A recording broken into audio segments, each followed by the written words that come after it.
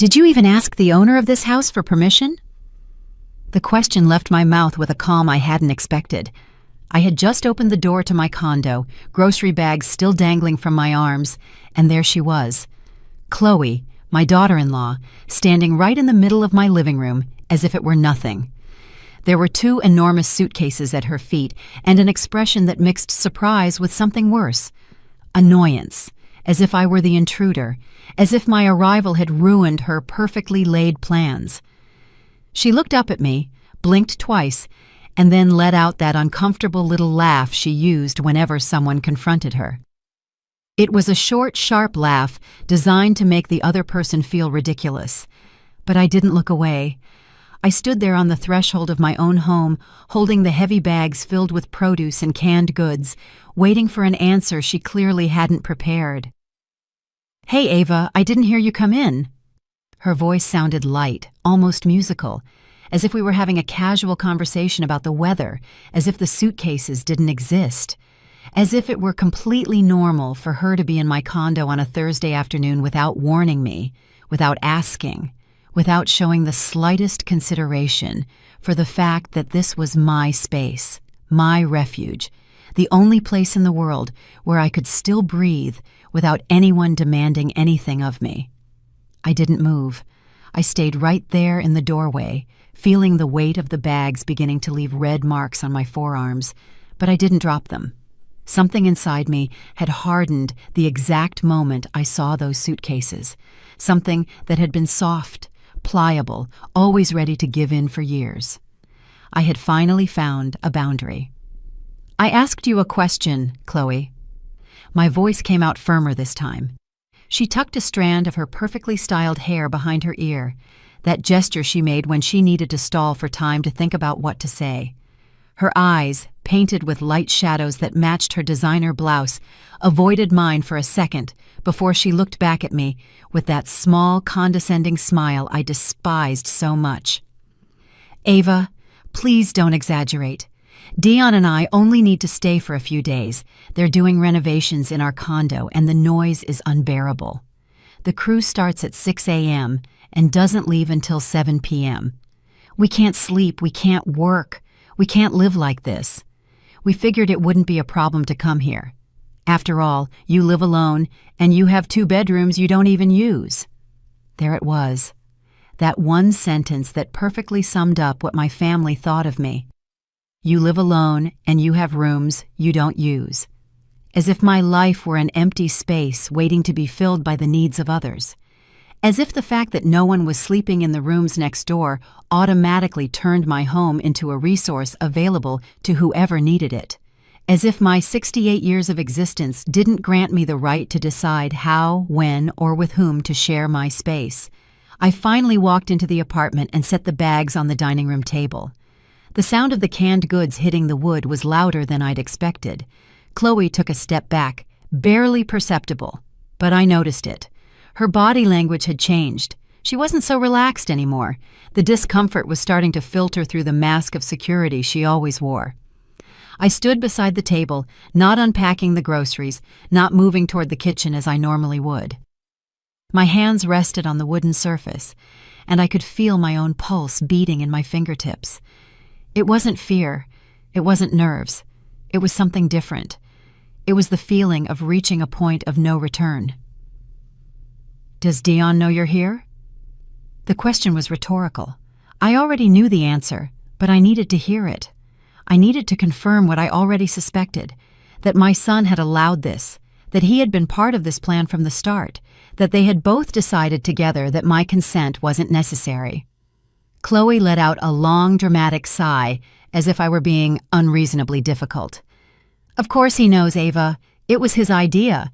Actually, he's finishing up some business at the office and will be over later with the rest of our stuff. I thought he'd have called to tell you." "He didn't call. No, he didn't call." And that silence, that absence of a simple phone call, told me everything I needed to know. My son, Dion, the child I'd raised alone after his father disappeared from our lives when he was only 7 years old. The same one I fed with the salary from my double shifts, cleaning offices and serving coffee. The same one who hugged me when he was little and said that when he grew up, he would take care of me forever. that very son, now considered it perfectly acceptable to move into my house without consulting me, as if I were an extension of his convenience, a resource at his disposal. I walked toward the suitcases. I stood in front of them, staring as if they were alien objects dropped from another planet. They were expensive, those brands Chloe flaunted on social media, shiny, new, probably bought during one of those trips they took every couple of months, while I was still using the same worn-out suitcase I'd bought 15 years ago at a liquidation sale. "And you thought this was okay? Showing up at my house with your suitcases without asking if I was agreeable, without considering for even a moment that maybe I had plans, that maybe I value my privacy, that maybe I don't want people living here?" Chloe crossed her arms over her chest. Her posture changed. She was no longer the casual, relaxed daughter-in-law. Now there was defensiveness in every line of her body. "Ava, you're Dion's mother. We're family. I don't understand why you're making this so complicated. It's only for a few days, maybe a week. It's not like we're asking for something impossible. Besides, I thought you'd be happy to have company. You always say this place feels empty." Empty. The word echoed in my head like a funeral bell. Yes, I had once mentioned that the house felt silent after my sister Olivia moved out to live with her daughter last year. But there was an enormous difference between silence and empty. My house was silent because I chose it that way, because after decades of noise, of demands, of being available to everyone but myself, I had finally found peace in the stillness. But Chloe had taken that casual confession and turned it into a justification, as if my moment of vulnerability gave her permission to invade my space. As if admitting I sometimes felt lonely was the same as begging someone to come fill every corner of my life without asking me first. "Listen to me closely." My voice was low but firm. Chloe stopped moving. Something in my tone made her pay real attention for the first time since she'd arrived. "This house can feel however it wants to feel to me. It can be silent, or it can be full of noise. It can be empty, or it can be complete. But what it will never ever be is available to anyone who decides to use it. And my permission? I am the owner of this house, Chloe, not a convenient option when you two have a problem." She opened her mouth to reply, but at that moment we heard the sound of a key in the lock. The door opened and Dion, my son, walked in, carrying 2 more bags and wearing that carefree smile he used when he thought everything was under control. "Mom, glad you're home. Chloe explained it to you, right? We'll only be here for a week, 2 at the most. You won't even notice we're here." Dion's words floated in the air as if they were the most reasonable thing in the world. He set the bags on the floor next to the suitcases, dusted his hands on his pants, and looked at me with that expression I knew too well. It was the same look he had when he was 12 years old and came home late after playing basketball with his friends, expecting me not to get mad because he was just being a normal kid, after all. Except Dion wasn't 12 anymore. He was 42, and I was no longer that young, exhausted mother who gave in to every smile because I was too tired to fight another battle. I stood by the dining room table, my hands still resting on the wood, watching him enter my condo as if it were his own territory, as if the last 40 years hadn't passed, as if continuing to be his mother meant I had automatically surrendered any expectation of respect or consideration. Dion approached and tried to give me a kiss on the cheek. I didn't move. I didn't pull away, but I didn't lean in either. I stayed exactly where I was, and he must have noticed something in my posture, because he stopped halfway, a look of confusion briefly crossing his face before turning into a wider, more forced smile. "What's wrong, Mom? Did you have a bad day?" A bad day, as if my reaction were the result of a passing mood, as if the problem was that I'd had to wait too long in line at the bank or that traffic had been heavy. Not that my son and daughter-in-law had decided to move into my home without consulting me. Not that they had treated me as if my opinion were irrelevant. Not that they had assumed my life, my space, my peace were resources available for their convenience. "I didn't have a bad day, Dion. I had an unpleasant surprise when I got home to find your wife moving in here without anyone asking me if I agreed." Dion chuckled, a genuine laugh, as if he'd just heard something funny. He ran a hand through his hair, that gesture he made when he thought someone was overreacting, and shook his head. "Mom, please don't be dramatic. I called you twice this morning and you didn't answer. I figured you were out and we could get settled before you got back. It's not that big of a deal." I looked over at Chloe, who was now standing next to the suitcases with her arms still crossed, watching the exchange with a mixture of discomfort and something that dangerously resembled satisfaction.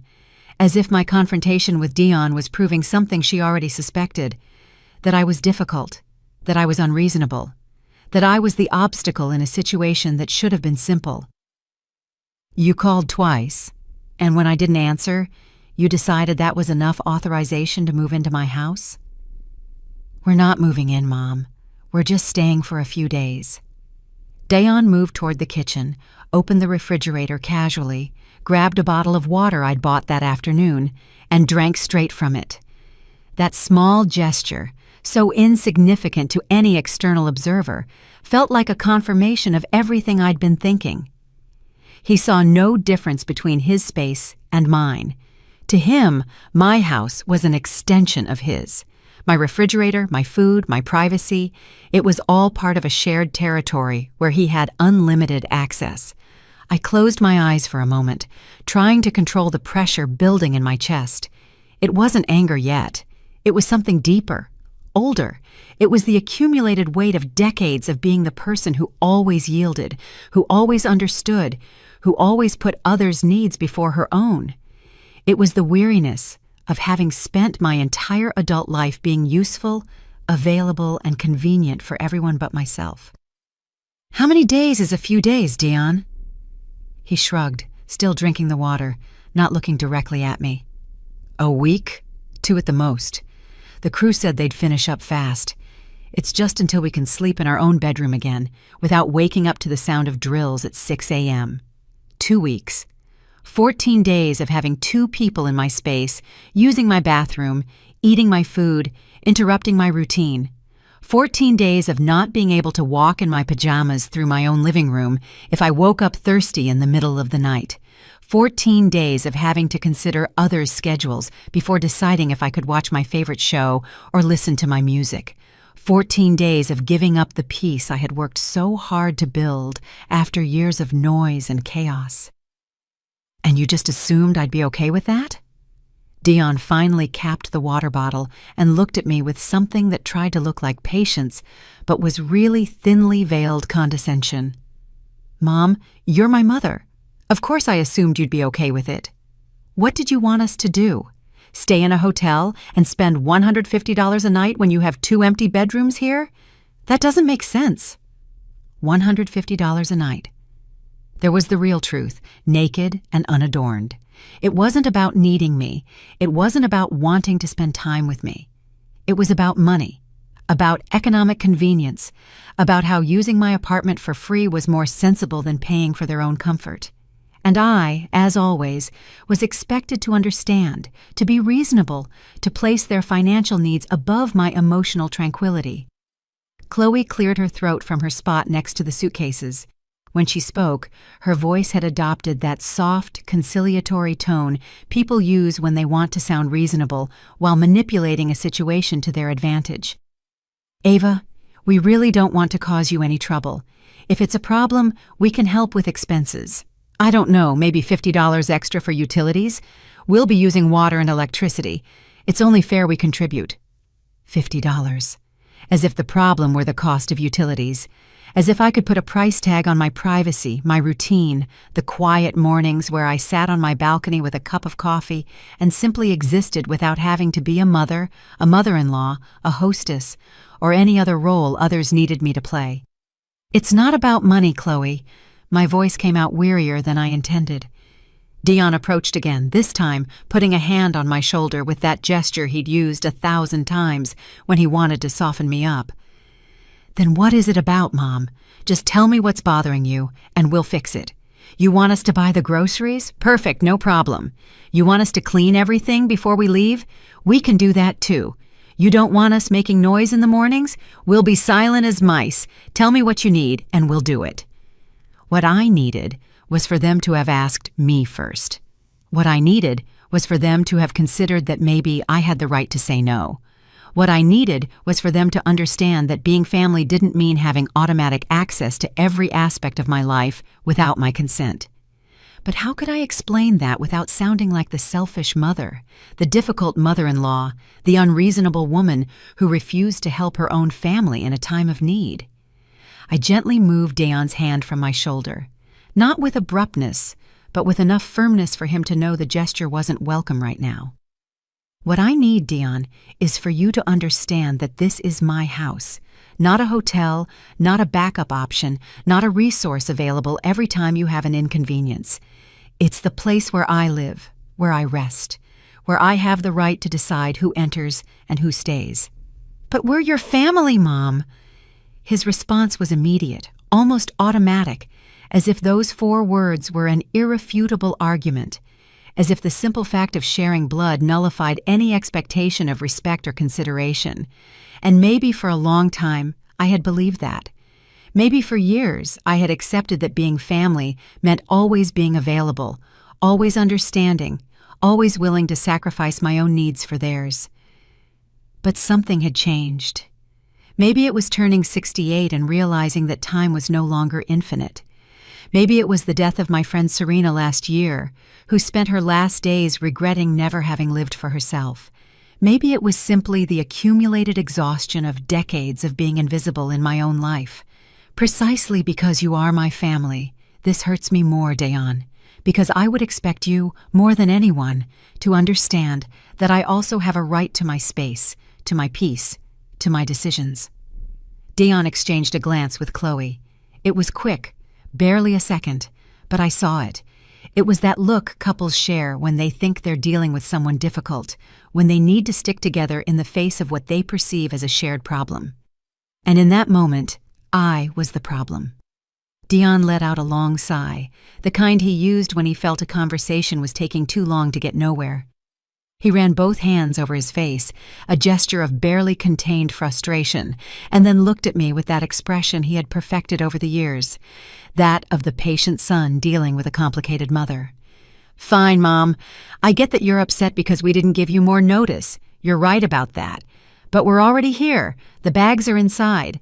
Chloe's already unpacked a few things in the guest room. What do you want us to do now? Go look for a hotel at 6 p.m. on a Thursday when I have meetings starting at 7 a.m. tomorrow. There was the guilt, presented not as a direct emotion, but as a series of practical inconveniences I would be causing if I insisted on holding my ground, as if the fact that they had already started settling in without my permission now obligated me to accept the situation, as if their lack of planning automatically became my problem to solve. I looked down the hall toward the bedrooms. The guest room door was slightly ajar, and from where I stood, I could see a corner of the bed with what looked like clothes already spread out on it. Chloe had said she had unpacked a few things. She wasn't asking permission to stay, she was claiming territory. I walked toward that room. I heard Dayan's footsteps behind me, and then Chloe's voice saying something low to him that I couldn't quite make out. I pushed the door completely open, and what I saw confirmed what I already suspected. Not only were there clothes on the bed, but toiletries were lined up on the dresser. Chloe's travel case was open by the mirror. 2 pairs of shoes were neatly arranged by the wall. A laptop was plugged in next to the nightstand. This wasn't the preparation of someone planning to stay for a few days. This was the installation of someone planning to settle in for weeks. I turned to face Dayan, who had stopped in the doorway with his hands in his pockets, watching me cautiously. "A week, you said?" He nodded, though his eyes avoided mine for a second before looking back. 2 at the most. Mom, I told you. And all of this setup is for 2 weeks? The laptop, the bath products, enough clothes for a month? Dayan shrugged, that casual gesture he used when he wanted to minimize something he knew was important. Chloe needs to work from here, and obviously we brought what we needed to be comfortable. We weren't going to live out of a suitcase for 2 weeks. Comfortable. The word resonated in my head. They needed to be comfortable in my house, in my space, using my resources. And apparently, I just needed to be understanding. I left the room and returned to the living room, where Chloe was now sitting in my favorite armchair, the one by the window, the one I had bought 3 years ago after saving up for months. She had her phone in her hand, scrolling with the casual concentration of someone who had no immediate worries. When she saw me enter, she looked up and offered me another one of those small smiles. "Ava, we really will be as little trouble as possible. You won't even notice we're here. I work remotely, so I'll be in the room most of the day. Dion leaves early and comes back late. We can buy our own food if you want, or cook for the 3 of us, however you prefer." However I prefer, as if all these options she was presenting were genuine, as if she were really giving me decision-making power and not simply offering variations of a situation I had never accepted in the first place. I walked up to the armchair where she was sitting. I didn't say anything immediately. I just stood there looking at her, waiting to see if she understood what I was communicating without words. She blinked, the smile slowly beginning to fade, and after a few seconds, she stood up from the armchair with an awkward movement. "I'm sorry, did you want to sit here?" I didn't want to sit there. I wanted her to understand that every inch of this condo was mine, that armchair wasn't an available seat for whoever needed it, but the place where I spent my afternoons reading, where I sat with my coffee every morning, where I had cried after Serena's funeral, where I had made the decision to finally leave that exhausting job at the coffee shop and take my retirement. Dion walked into the living room at that moment, and the tension must have been visible because he stopped halfway, looking between Chloe and me, as if he were trying to gauge how serious the situation was. "Mom, can we talk for a minute? Just you and me?" I nodded. Maybe a private conversation with my son would achieve what this group confrontation wasn't. Maybe if I spoke directly, without Chloe acting as backup for his position, he might actually hear what I was trying to say. We went to the kitchen. Dion leaned against the counter, crossed his arms, and looked at me with an expression that tried to be serious but primarily conveyed impatience. "All right, Mom. Talk. What is really bothering you? Because I feel like there's something more than just the fact that we didn't call you beforehand. There was something more. Of course there was something more. But how could I explain to my son that what bothered me was the accumulation of years of feeling invisible? How could I tell him that this incident with the suitcases was just the most recent manifestation of a pattern that had been repeating itself for decades? "You bother me, Dion. It bothers me that you grew up thinking my life is a resource available when you need me, but not a priority when it comes to basic consideration." He frowned, genuinely confused, as if my words made no sense. "I don't understand what you mean by that." "When was the last time you visited me without needing something from me?" The question came out before I could stop it. Dion opened his mouth, then closed it, then opened it again without making a sound. He was searching his memory, trying to find an example that would refute my accusation, and the fact that it was taking him so long to find one only confirmed my point. Mom, I come see you often. You come when you need me to watch your dog because you're going out of town. You come when Chloe is busy and you need me to hold on to some important documents. You come when you've fought with her and need a place to crash for one night. You come when you have car trouble and need me to lend you money for the shop. But when was the last time you came just to ask me how I was? To spend an afternoon with me? To be interested in my life beyond what I can do for you? That's not fair, Mom. His voice had risen, and I could hear the defensive tone filtering through every word. I call you on the phone. I send you texts. I asked you last week if you wanted to come out to dinner with us. You invited me to dinner because it was Chloe's birthday, and you needed someone else to pay the bill. You didn't invite me because you wanted my company. In fact, you barely spoke to me all dinner. You two spent the whole time arguing about where you were going on vacation next month, while I sat there eating my salad in silence. I didn't know you felt that way. Why didn't you say anything at the time? Because I never say anything, Dion. Because I learned a long time ago that when I speak up, when I express that I feel ignored or undervalued, you all make me feel like I'm overreacting, that I'm too sensitive, that I should just be grateful I was included. So I stopped saying things. I stopped expecting.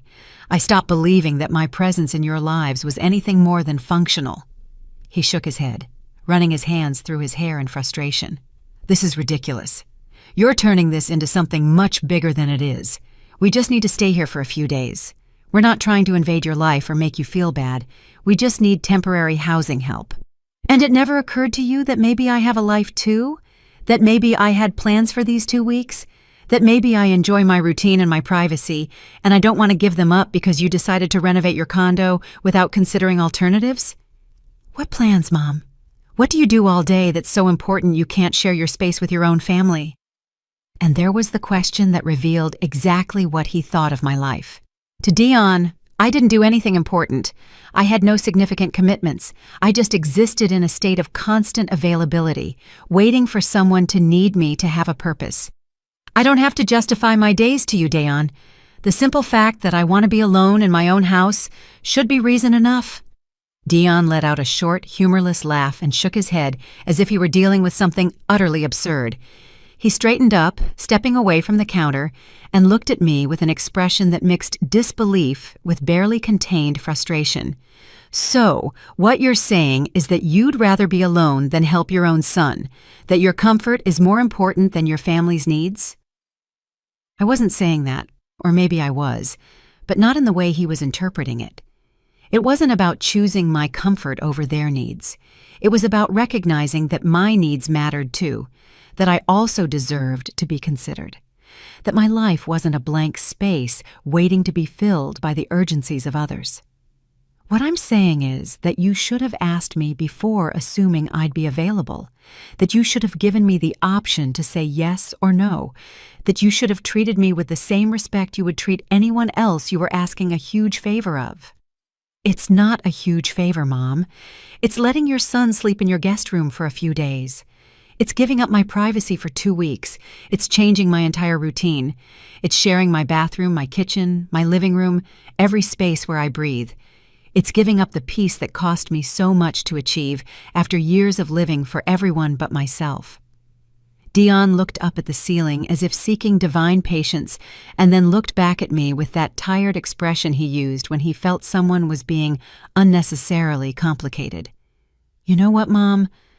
I think the real problem here is that you've been alone for too long.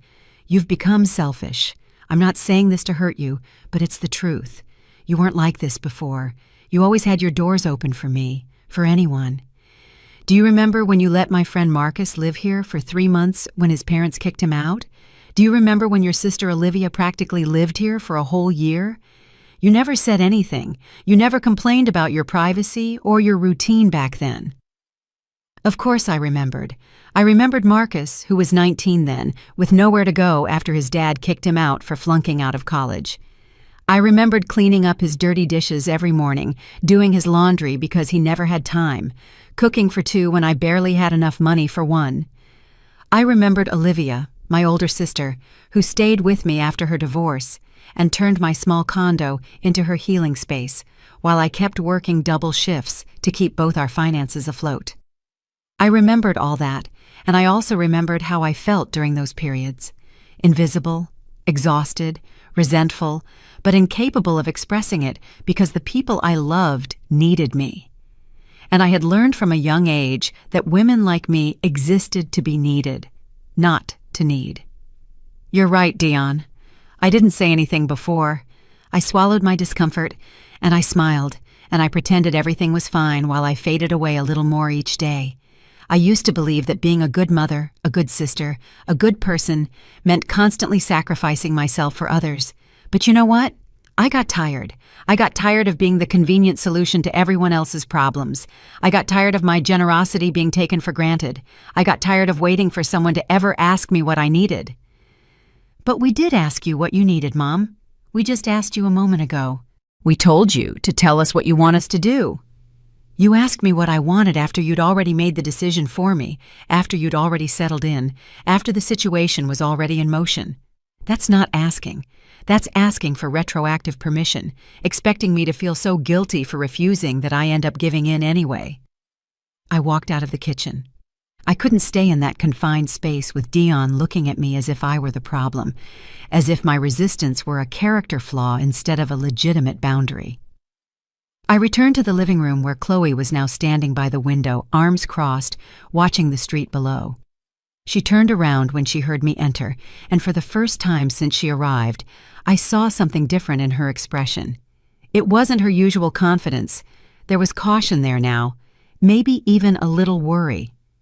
Dayon came out of the kitchen behind me, and the silence that filled the room was so thick I could almost feel it pressing against my skin. None of the three of us spoke for a moment. We just stood there, forming an uncomfortable triangle of accumulated tension. Finally, Chloe was the one to break the silence. Her voice had lost that casual, confident tone. Now it sounded more careful, as if she were choosing every word with precision. "Ava, if you really don't want us to stay, we can find another solution.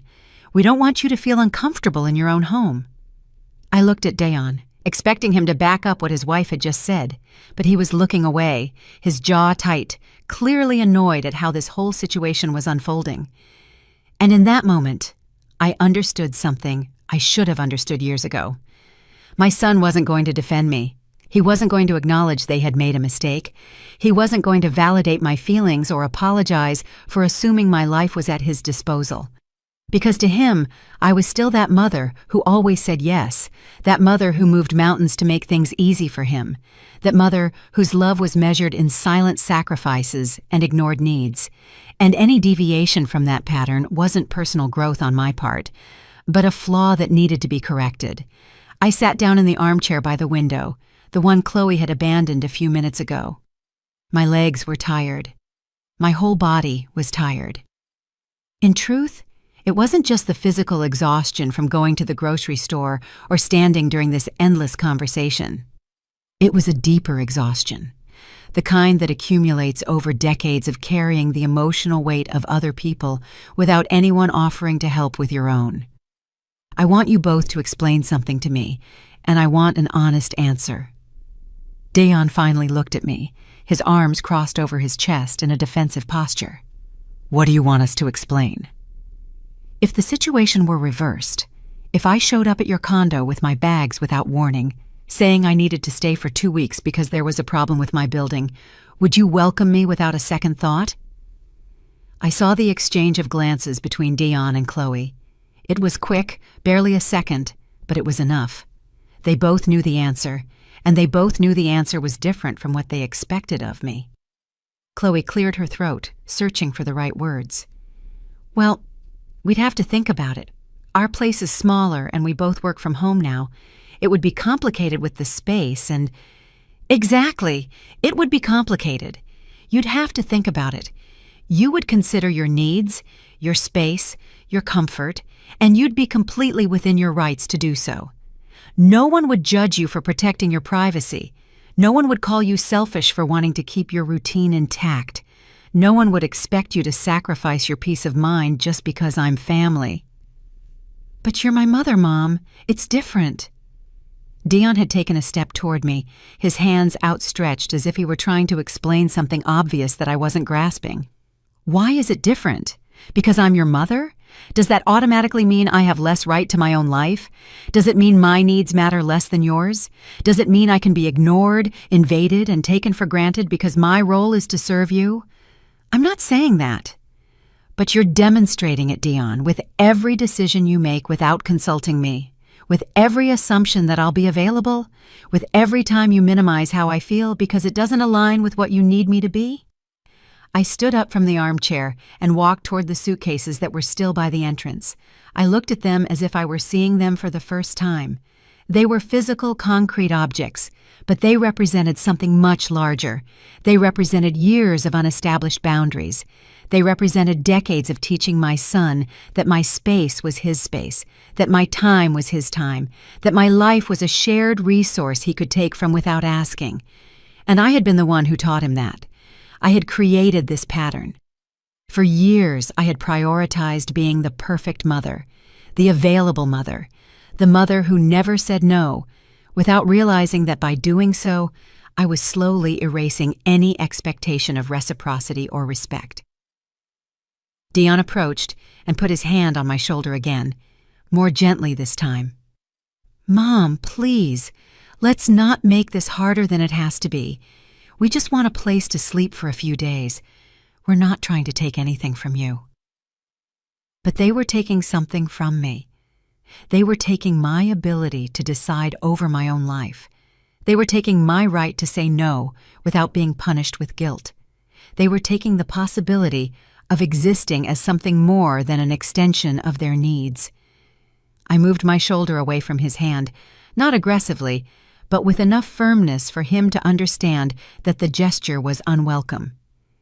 This is my house, Dion.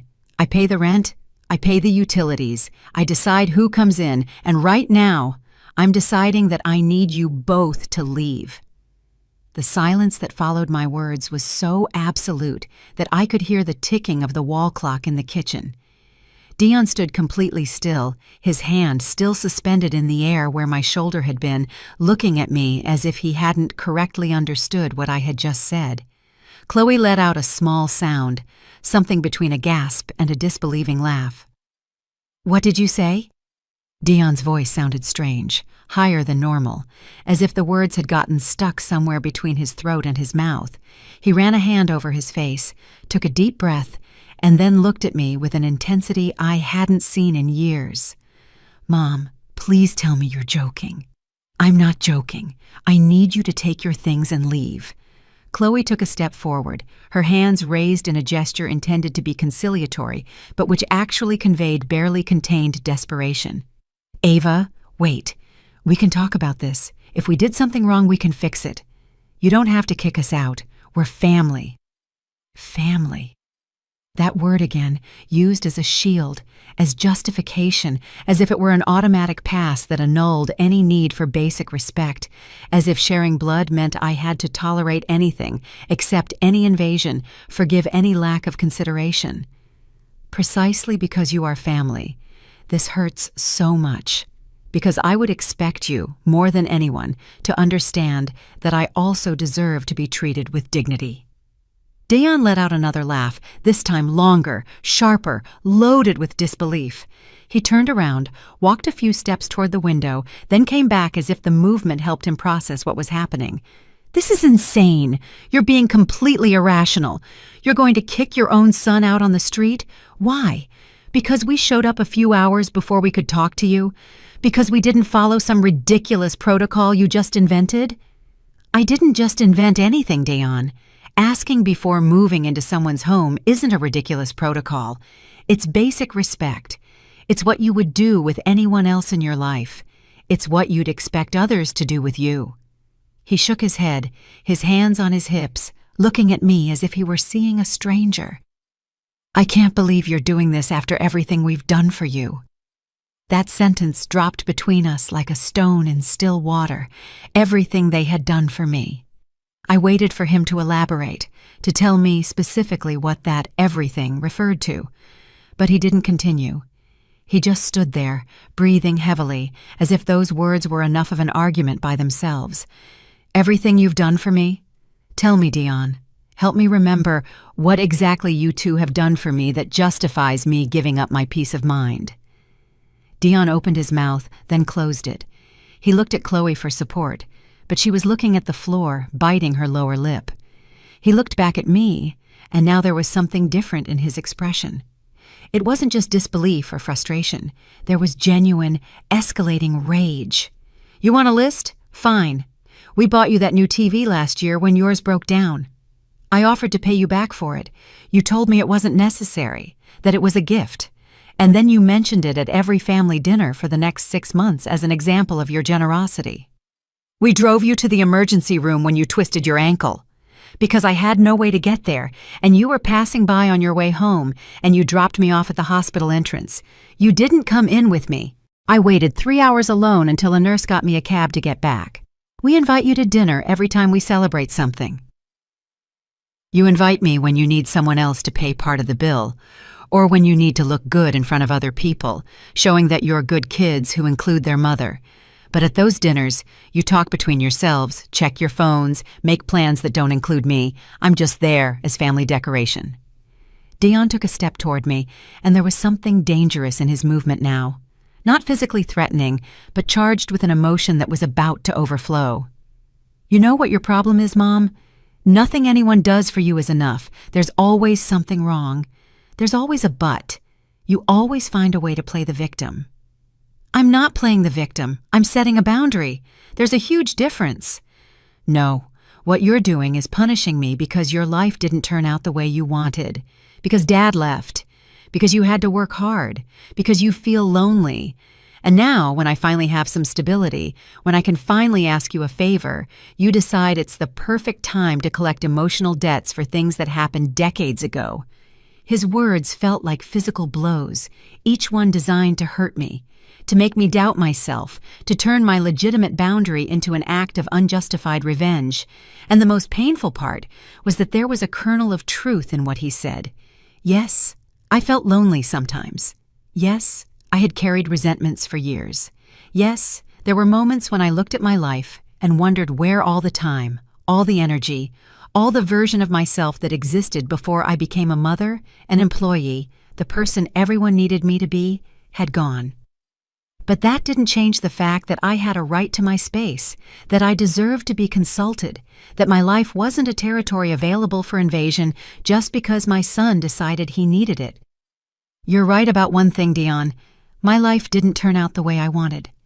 But you know what part didn't turn out the way I wanted? The part where I raised a son who sees me as a resource instead of a person. The part where I spent so many years being useful that I forgot how to be valued. The part where I convinced myself that love was measured in silent sacrifices and ignored needs. Chloe intervened, her voice trembling but trying to sound reasonable. Ava, please. We understand you're upset. We understand we made a mistake by not consulting you first. But kicking Dion out, kicking your own son out, is a disproportionate reaction. It's cruel. Cruel. The word resonated in my head. It was cruel to protect my space.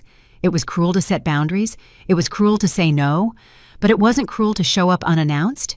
It wasn't cruel to assume my life was at their disposal. It wasn't cruel to minimize my feelings or treat me as invisible. The cruelty, apparently, only went in one direction. You know what's really cruel? Raising a son alone for decades, sacrificing every dream I had, working until my hands bled and my back could no longer straighten, all to ensure he had opportunities I never did. And then, when I finally get a little peace, a little space to breathe, I discover that to him, I'm just a convenience, a place to stay when it's cheaper than a hotel. That's not fair! Dion had raised his voice now, and his cheeks were red with contained emotion. I didn't ask to be born. I didn't ask for Dad to leave. I didn't ask for you to have to work so hard. Those were your decisions, your circumstances. You can't blame me for that now. I'm not blaming you for any of that, Dion. I'm blaming you for not seeing that I am a person too, for treating me as if my only function is to make your life easier, for showing up here today and acting like my consent didn't matter. He walked toward the suitcases, grabbed one of them with more force than necessary, and looked at me with a mixture of pain and anger that made it difficult to meet his gaze. You know what, Mom?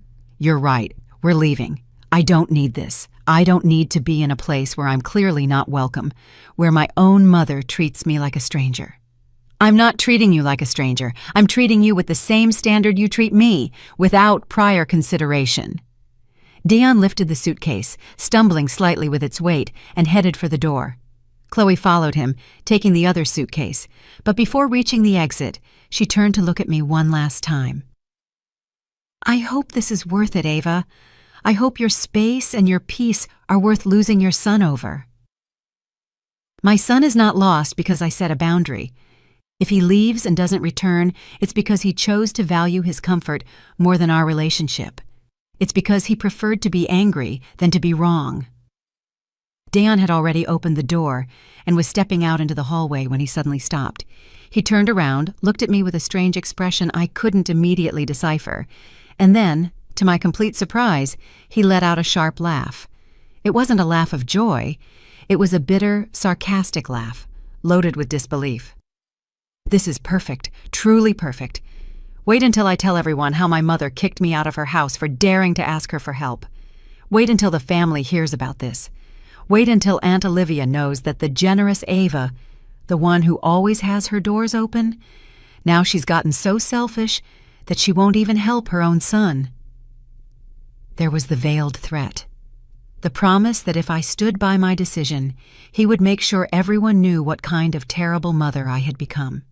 That he would call my sister, my cousin Tanisha, anyone who would listen, and tell them his side of the story, a version where he was the innocent victim, and I was the cruel mother who had abandoned him in his moment of need. For a second, I felt the familiar weight of guilt pressing against my chest. That automatic impulse to yield, to apologize, to say that everything had been a misunderstanding and that, of course, they could stay. That instinct that had been cultivated over decades of being the person who kept the peace, who avoided conflict, who sacrificed her own comfort to avoid being seen as difficult. But then I remembered something my friend Serena had told me 3 months before she died. We were sitting in her hospital room, and she had taken my hand with fingers that barely had any strength left, and looked at me with those tired eyes that had seen too much of life.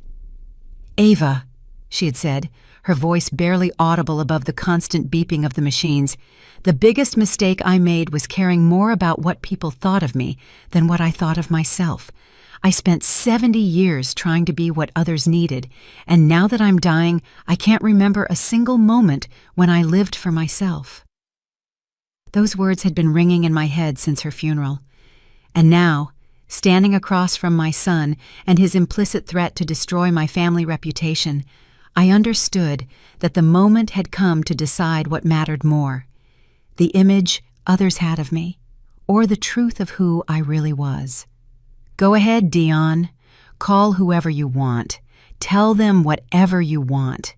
If your version of events is that you asked respectfully and I denied you help for no reason, then so be it. But we both know that's not the truth.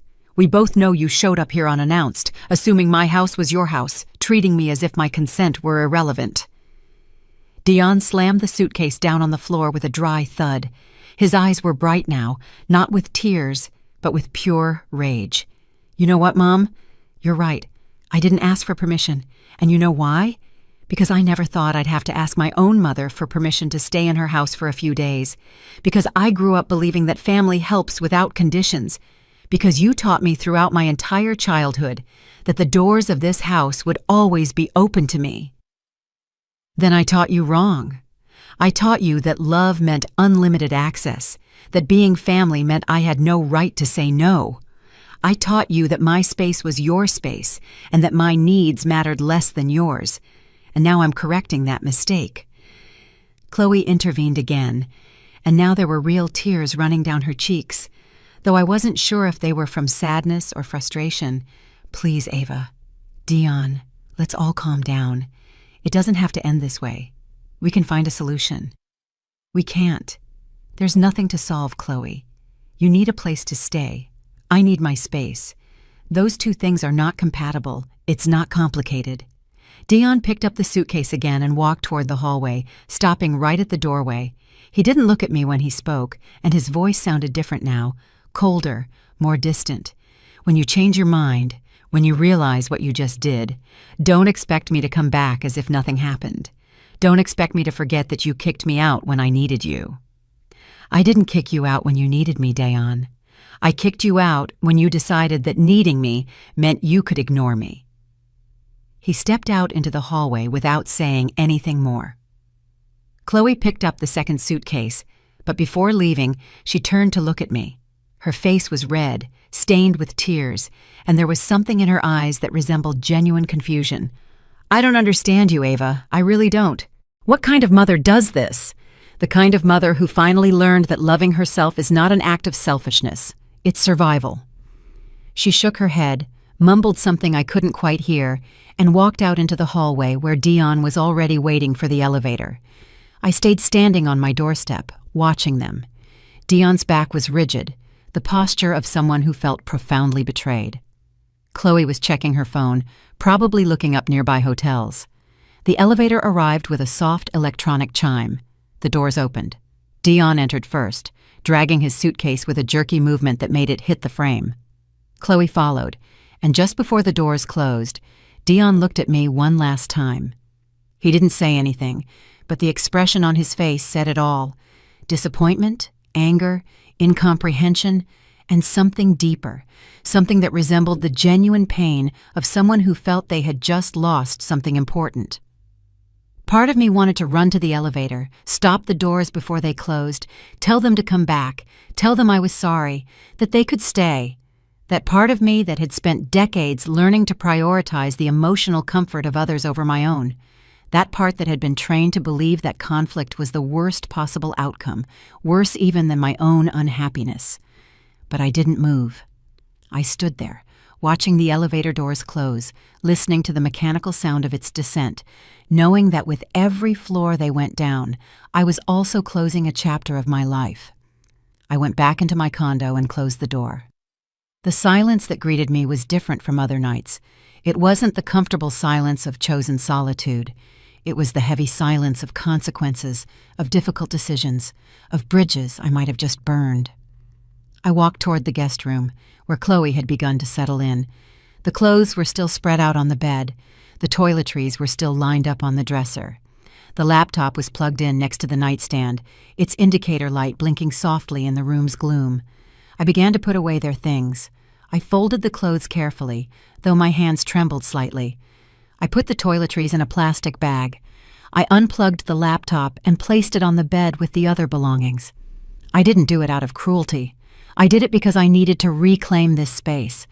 I needed it to stop being the place where someone else had decided to settle without my permission and return to being simply my guest room. Empty, yes, but empty by my choice. When I finished, I left everything neatly arranged on the bed. If Dion or Chloe came back for their things, they would find them ready, respected, and cared for. Because that was the kind of person I was, someone who could set firm boundaries without needing to be cruel, someone who could say no without destroying what belonged to the other. I returned to the living room and sat down in my armchair by the window. Outside, the evening was beginning to darken. The lights in the neighboring condos were turning on one by one, small illuminated windows in the twilight. I wondered how many of those windows held stories similar to mine.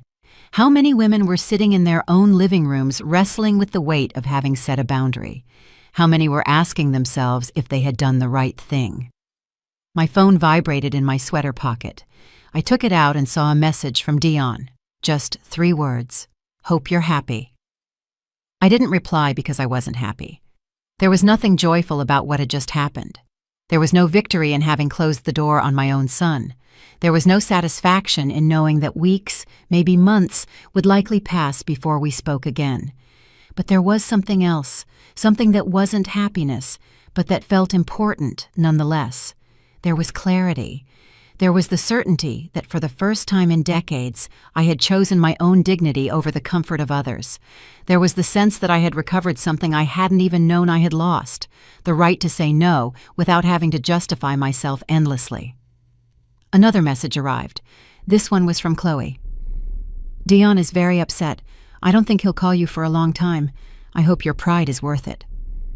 My pride, as if setting boundaries were a matter of pride, as if protecting my space were an act of vanity instead of self-care, as if the problem were my resistance and not their invasion. I turned off the phone, not because I was running away from the consequences of my actions, but because I needed silence. I needed to process what had just happened without the constant interference of messages designed to make me feel guilty. I got up and went to the kitchen. The grocery bags were still on the table, exactly where I'd left them what felt like hours ago, but had probably only been 45 minutes. I started putting the groceries away, moving on autopilot. The vegetables went into the refrigerator, the canned goods into the pantry, the bread stayed in its usual basket on the counter. Every object found its designated place, and there was something comforting in that simple routine. Amidst the emotional chaos I had just gone through, these small actions anchored me to something tangible and predictable. When I finished putting everything away, I made myself a cup of tea. I heated the water, chose my favorite mug, the light blue ceramic one I'd bought at a local market years ago, and watched the leaves slowly expand in the hot water. The familiar aroma enveloped me, and for the first time since I had opened the door to my condo that afternoon, I felt like I could fully breathe. I sat down again in my armchair, with the mug between my hands. The heat of the tea seeped through the ceramic and warmed my palms. Outside, night had completely fallen. The city continued with its constant rhythm, indifferent to the small drama that had just unfolded in my sixth-floor apartment. And then, without warning, I started to cry. They weren't dramatic sobs. It wasn't the heartbroken weeping of someone who had just lost something irreplaceable. They were silent tears that simply ran down my cheeks while I remained seated, holding my tea, looking out at the darkness beyond the window. Tears that had been waiting decades for their turn to come out. I cried for the mother I had been, that young woman who worked 2 shifts and came home so tired she could barely stay awake to help Dayon with his homework. I cried for the years I had spent convincing myself that constant sacrifice was love, when in reality it was just fear of not being enough, fear that if I didn't give myself completely, my son wouldn't love me, fear of ending up alone. And now here I was, alone anyway. But it was a different kind of solitude. It wasn't the result of abandonment or rejection.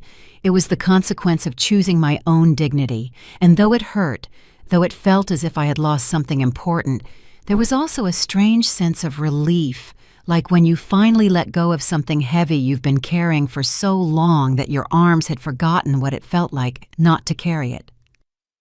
I remembered a specific moment when Dayon was 8 years old. It had been a particularly difficult day at my coffee shop job. A customer had yelled because his order took too long. My boss had reprimanded me for something that wasn't my fault, and I had come home with my feet so swollen I could barely walk. Dayon was in the living room watching television when I walked in. "Mom," he had said without taking his eyes off the screen, "I'm hungry." I had dropped my bags by the door, kicked off my shoes that were squeezing my aching feet, and gone straight to the kitchen to prepare him something to eat. I hadn't even sat down first. I hadn't even taken a moment for myself, because that's what good mothers did. Good mothers put their children's needs before everything else. But what was I really teaching him with that behavior? I was teaching him that women existed to serve, that mothers had no boundaries, that saying, "Give me a minute, I'm tired," was selfishness instead of basic self-care. And now, 34 years later, my son had grown up believing exactly that. It wasn't entirely his fault. I had been his most consistent teacher in that mistaken lesson.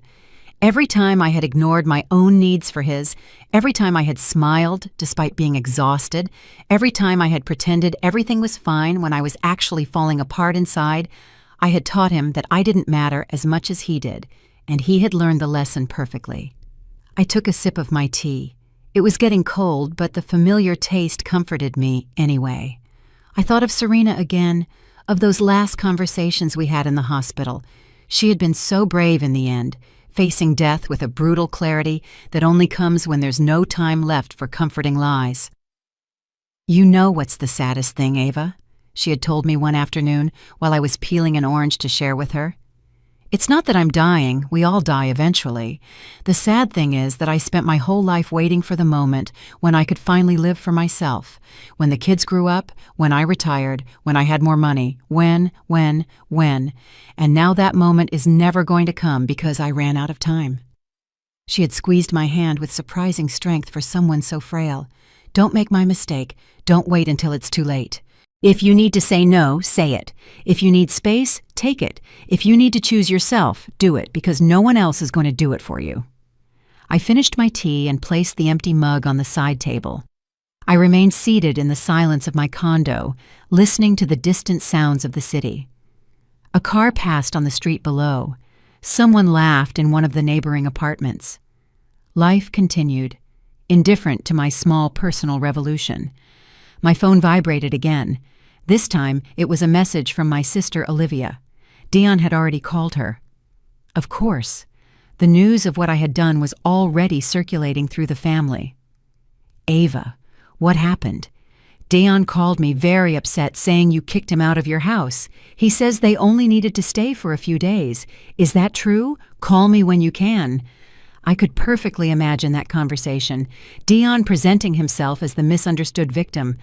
Olivia, always so diplomatic, trying to understand both sides, but probably leaning toward sympathy for Dayon, because he was the baby of the family after all.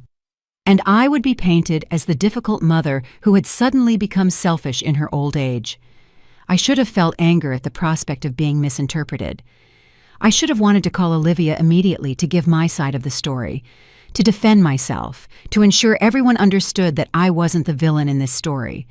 But I realized something important. I didn't care as much as I thought I would.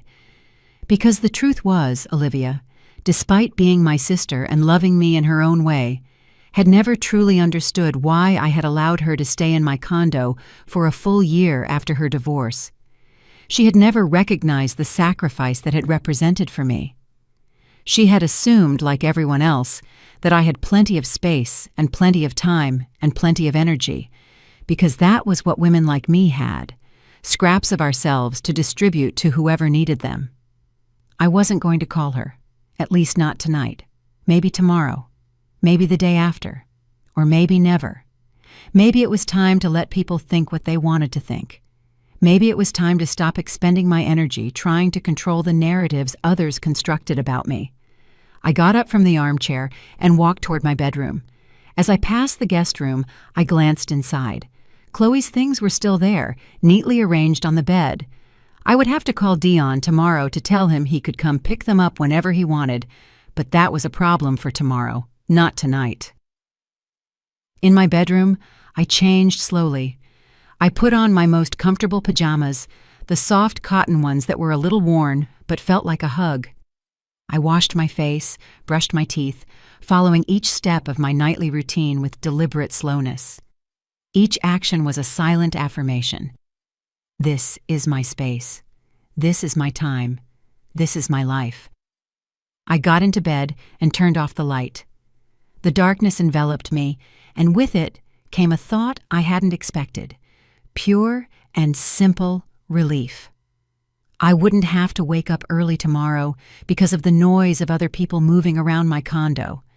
I wouldn't have to share the bathroom or wait my turn for coffee. I wouldn't have to moderate my behavior or consider the needs of others before deciding what I wanted to do with my day. But along with the relief came the weight of the pain, too. Because my son was angry with me, because there was a rift in our relationship that I didn't know when or how it would be repaired, because I had chosen my peace over his convenience, and that choice had consequences I would have to face. I allowed myself to feel both things at once, the relief and the pain, the certainty of having done the right thing, and the sadness of the consequences, the strength of having established boundaries, and the vulnerability of not knowing what came next. I closed my eyes and gradually let sleep take me. Before falling completely asleep, I had one final thought. Maybe this was what it meant to truly grow up. Not when you formally became an adult, not when you had a job or a house or even a child, but when you finally learned that loving yourself was not selfishness, it was responsibility, it was justice, it was the only way to live with integrity. And with that thought, I finally allowed myself to rest. I woke up the next day with sunlight streaming softly through my bedroom window. For a moment, in that hazy space between sleep and waking, everything seemed normal. But then the memory of what had happened the previous night returned with the force of a cold wave, and I lay there looking at the ceiling, slowly processing the fact that I had kicked my son out of my house. I got out of bed and followed my morning routine just as I always did. I went to the bathroom, washed my face with cold water, brushed my teeth. Each familiar action helped anchor me to the present, to remember that life continued despite the emotional drama of yesterday. But when I left my bedroom and walked toward the kitchen, I couldn't help but look toward the guest room. The door was still ajar. Chloe's things were still on the bed, waiting to be claimed. I made coffee. The rich aroma filled the kitchen as I took out my favorite mug and waited for the coffee maker to finish its work. I poured myself a cup, added a splash of milk as usual, and sat down by the living room window. Outside, Friday morning was in full swing. People were walking to their jobs. Kids were on their way to school. The world kept turning, completely oblivious to the small personal earthquake I had experienced. My phone was on the table where I'd left it the night before. I turned it on with some apprehension, knowing there would probably be more messages. And there were. 3 more from Olivia, each one more insistent than the last, one from my cousin Tanisha asking if I was okay, and one from Dion that simply said, "I'm coming by this afternoon to pick up our things. You don't need to be there if you don't want to." I read that last message several times, trying to decipher the tone behind the words. Was it consideration? Was it coldness? Was it his way of giving me an out, of allowing me to avoid an awkward confrontation? I wasn't sure, but what I did know was that I wasn't going to hide in my own home. If Dion was coming to get his things, I would be here. I replied with a simple, "I'll be here. Ring the bell when you arrive." I spent the morning cleaning, not because the condo was dirty, but because I needed to keep my hands busy. I vacuumed the entire living room. I wiped down the kitchen counters until they shone. I changed the sheets on my bed, even though I had changed them just 3 days prior. It was physical therapy, a way to process the whirlwind of emotions still churning inside me. Around noon, I finally decided to call Olivia, not because I felt I owed her an explanation, but because she was my sister, and despite everything, I cared what she thought. I dialed her number and waited while it rang. "Ava, thank goodness. I've been worried all night." Olivia's voice sounded genuinely distressed, and something in me softened a bit. "Hi, Olivia. I'm sorry I didn't answer sooner. It was a rough night." Dion told me what happened. Well, he told me his version. I want to hear yours. At least she hadn't automatically assumed Dion was right and I was wrong. I mentally thanked her for that before starting to explain the situation. I told her about the suitcases at the entrance, about how they hadn't consulted me, about the conversation we'd had, and how it had escalated until I finally asked them to leave. Olivia listened in silence, interrupting me only occasionally with clarifying questions. When I finished, there was a long pause before she spoke. "I understand why you felt that way, Ava. I really do. But don't you think maybe you overreacted a little? It's Dion. He's your son. Surely you could have found a way to resolve this without kicking him out." There was the answer I had been expecting, that subtle suggestion that I had exaggerated, that I had taken things too far. And maybe she was right. Maybe there were other ways to handle the situation. But I also knew that if I had given in, if I had allowed them to stay after showing up without asking, I would be teaching Dion once again that my boundaries didn't matter. I didn't overreact, Olivia. I reacted appropriately. Dion is 42 years old. He's a grown man with a steady job and enough resources to pay for a hotel. He decided it was more convenient to use my space without consulting me. That's not okay, no matter how much I love him. But that's just how families are, isn't it? We help each other when there's a need. We don't ask permission every time we need something. I should have known Olivia would say something like that. She had lived with me for a year after all, and during that time I had never charged her rent, never asked her to contribute significantly to expenses, never put a time limit on finding her own place. I had been the generous, available, understanding sister, and now that I was setting boundaries, I must have seemed like a hypocrite. Do you remember when you lived with me after your divorce, Olivia? There was an awkward silence on the other end of the line. Of course I remember. You were so generous to let me stay. Do you know why I didn't ask you to leave after a few weeks or even a few months? Olivia didn't answer immediately, and I continued before she could because I was scared. I was scared. I was afraid that if I set boundaries, if I asked you to find your own place, you would think I was selfish, that I didn't love you enough, that I was a bad sister, so I swallowed my discomfort and my need for personal space, and I let you stay because that's what good sisters did. Ava, I didn't know you felt that way. You never said anything. Exactly. I never said anything. And that was my mistake, because by not saying anything, I taught everyone around me that I had no boundaries, that they could take what they needed from me without worrying about the cost it had for me. And now, after decades of doing that, I'm finally learning to use my voice. And it hurts. It hurts to set boundaries. It hurts to disappoint people, but it hurts less than continuing to disappear in my own life. Olivia sighed deeply. I don't know what to tell you, Ava. I understand what you're saying. I really do. But Dion is very hurt. He's saying he won't talk to you for a long time. That is his choice. I'm not punishing him. I'm just protecting my space. If he decides that's reason enough to cut contact with me, then that says more about him than it does about me. We talked for a few more minutes before hanging up. The conversation hadn't ended badly, but it hadn't left me with the feeling of having been completely understood either. Olivia was a product of the same generation as me, raised with the same expectations about what it meant to be a good woman, a good mother, a good sister. It was difficult for her to understand why I was rejecting those rules now after having followed them so faithfully for so long. At 3 p.m., the doorbell rang. I got up from the sofa where I had been reading. I took a deep breath and went to open the door. On the other side was Dion. He was alone. There was no sign of Chloe. He was carrying 2 large canvas bags, likely to put the things they had left behind in. "Hello, Mom." His voice was flat, without emotion. It wasn't hostile, but it wasn't warm either. It was the voice of someone fulfilling an uncomfortable obligation. "Hello, Dion. Come in." He moved past me without making eye contact and headed straight for the guest room. I closed the door and stood in the living room, not knowing whether I should follow him or give him space. I finally decided to stay where I was, but left the guest room door in view. I could hear him moving around the room, opening and closing drawers, the sound of the bag zipping up. It took him about 10 minutes to pack everything. When he came out, he had both bags hanging from his shoulders, and his expression was still that carefully neutral mask. He stopped in the living room halfway between the bedroom and the exit door. For a moment, I thought he was going to say something important, that maybe this was the opportunity for a real conversation, but instead, he simply nodded toward the hallway. "Can I use the restroom quickly before I leave?"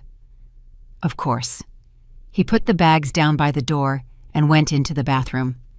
I heard the water running, the familiar sound of someone moving through a space they knew well. And in that moment, the reality of what I had done hit me. Not the part about setting boundaries or protecting my space. That still felt right. But the part about how my son, my only son, now felt like a stranger in the house where he had grown up. How he had to ask my permission to use the bathroom. How the distance between us had grown so quickly in just 24 hours. He came out of the bathroom and picked up the bags again. He headed toward the door, and I followed him.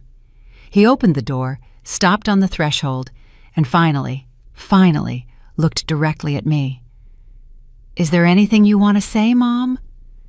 There were so many things I wanted to say. I wanted to tell him I loved him. I wanted to explain once more why I had to do what I did. I wanted to ask him if we could ever have a relationship where I was seen as something more than a convenient resource. But what came out of my mouth was something different. "I love you, Dion. I will always love you. But I'm no longer going to sacrifice my well-being to avoid your discomfort. If that means we spend time without speaking, then so be it. But the door will always be open for a relationship where we both respect each other mutually." He nodded slowly, as if he were processing my words. He didn't say he loved me too. He didn't say he understood. He just nodded. "Goodbye, Mom." "Goodbye, Dion." The door closed behind him with a soft sound that resonated much louder than it should have. I stood in that exact spot for several minutes, looking at the closed door, listening to the absolute silence that filled my condo. There were no footsteps in the hallway, no voices, just silence. I walked back to the living room and sat down in my armchair by the window. My hands were trembling slightly, so I clasped them in my lap and breathed deeply, trying to calm my racing heart. I had done it. I had maintained my boundary even when my son had come to collect his things with that hurt expression on his face, even when every fiber of my motherly being wanted to run after him, apologize, and beg him to come back. The next few days passed with a strange slowness. I woke up every morning and followed my routine: coffee, shower, breakfast. But everything felt different. Now there was a weight in the air, a constant awareness that I had broken something, though I wasn't sure if what I had broken was my relationship with Dion or simply the dysfunctional pattern we had maintained for decades. Olivia called me twice more that first week. In the second call, her tone had changed. It was no longer just worry. There was something more there. Ava, I've been thinking a lot about what we talked about when I lived with you after my divorce. I heard the sound of her taking a breath on the other end of the line, as if she were gathering courage. I never properly thanked you for that year. I never recognized what you sacrificed to give me space. I just assumed you were fine with it because you never said otherwise. But I should have asked. I should have been more considerate. I hadn't expected that apology. I felt something loosen in my chest, something I hadn't even known was tight. Thank you for saying that, Olivia. It means a lot. Maybe you were right about what you told Dion. Maybe we all took it for granted that you would always be available, that you would always say yes, that you would never have your own needs. 2 weeks passed before I received the next message from Dion. It wasn't an apology. It wasn't even a conversation, just a photo. It was an image of him and Chloe in front of what looked like their newly renovated condo. The message read, "Renovations are finished. We're back home." He didn't mention anything about what had happened. He didn't ask how I was. It was a cold, factual message, the kind of update you would send to a distant acquaintance rather than your mother. But it was something. It was a thin thread of communication, and I decided to take it for what it was, a small first step. I replied, "I'm glad you're comfortable in your space now. Take care." There was no response after that. The days turned into weeks. I continued with my life. I went to the grocery store on Thursdays, as always. I met my friends for coffee on Tuesdays. I read books I had been putting off for months. I spent entire afternoons sitting on my balcony, simply observing the city, something I had never allowed myself to do when I was constantly waiting for someone to need me. And slowly, very slowly, I began to notice something. The guilt I had been carrying, that constant feeling that I had done something terrible, began to diminish. In its place appeared something different. It wasn't happiness exactly. It was more like peace, like the feeling of having finally set down something heavy after carrying it for so long that your arms had forgotten what it felt like to be free. A month after the incident, I was at the market choosing tomatoes when my phone rang. It was Dion, a real call, not just a message. My heart sped up as I looked at his name on the screen. I put the tomatoes back in their place and moved away from the crowd a bit before answering. "Hello? Hi, Mom."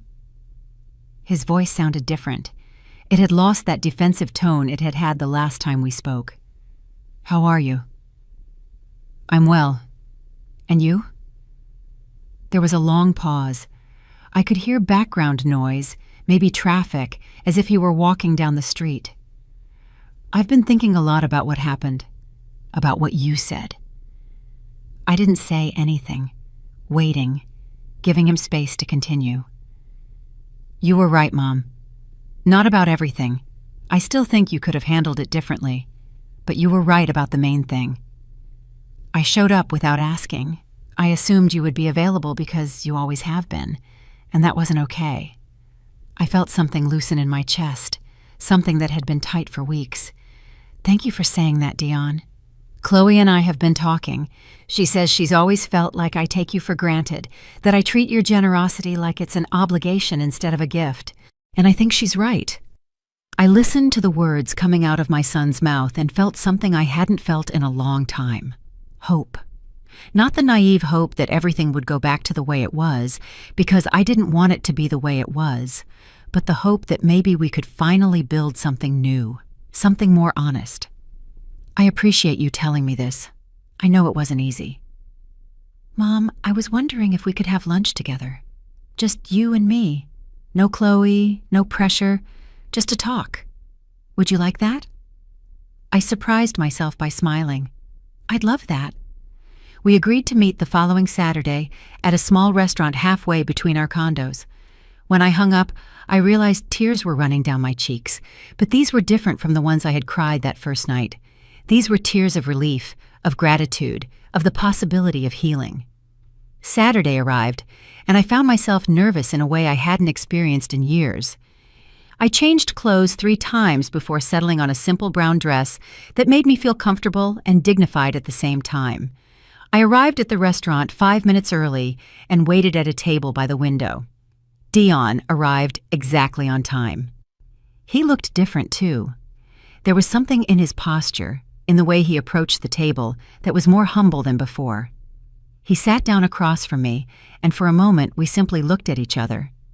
"Hi, Mom." "Hi, son." We ordered food, and at first the conversation was clumsy, full of awkward pauses, but gradually, as we ate, the words began to flow more easily. Dion told me about his job, about the issues they were having with one of his projects. I asked him about Chloe and how she was handling the stress of her own work.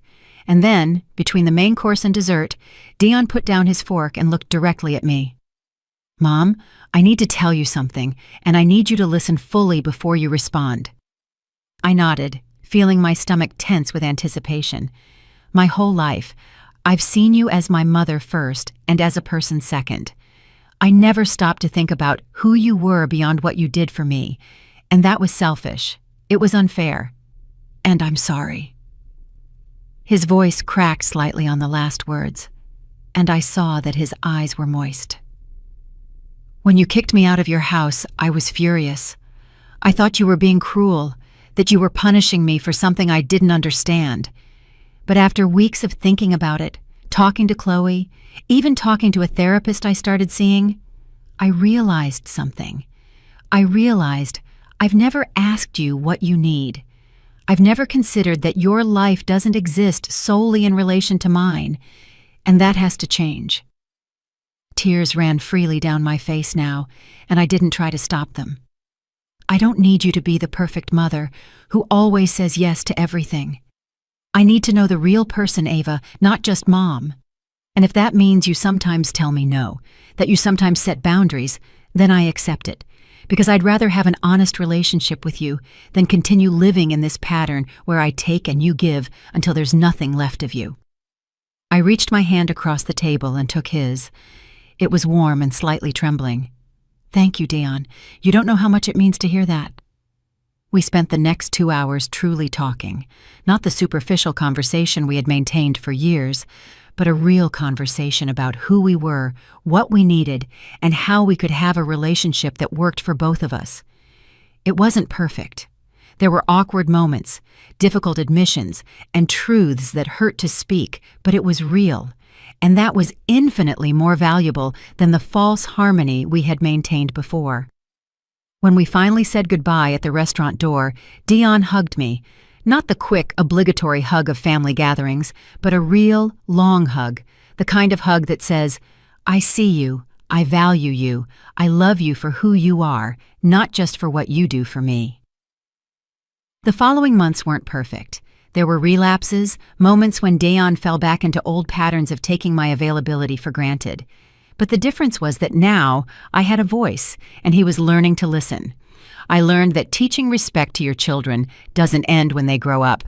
Sometimes the most important lesson comes when you finally say no, when you finally establish the boundary you should have established years ago, when you finally choose yourself without apologies. Because being a mother doesn't mean being invisible. It doesn't mean sacrificing every part of yourself on the altar of maternal love. It doesn't mean your house, your time, your life are resources available to whoever needs them without your consent. Being a mother means loving deeply, but it also means teaching your children that real love includes respect, that healthy relationships have boundaries, that you too are a person with needs, dreams, and the fundamental right to decide over your own life. That Thursday afternoon, when I found the suitcases at my entrance, was not the end of my relationship with my son.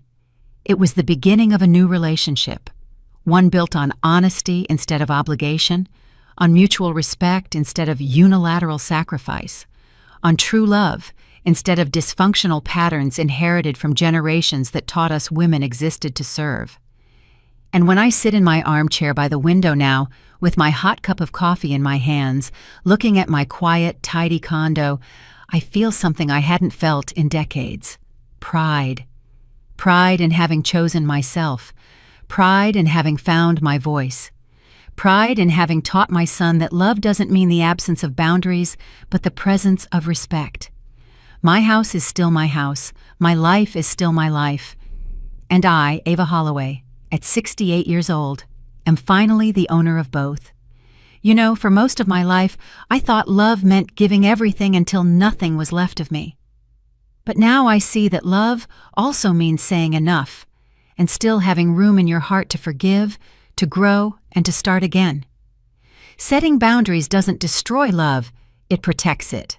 And when we finally learn to respect ourselves, others start to see our worth too. That's the peace I've found, and I wish the same for you. If you feel the same way and liked my story, show it by giving this video a like. Let's see how many of us there are. I'm curious. Where and what time are you listening from? Write it in the comments. If you'd like to support my journey, you can send me a small donation. Thank you for listening and sharing your precious time with me. For more life stories like this, check out the other videos on my channel and subscribe.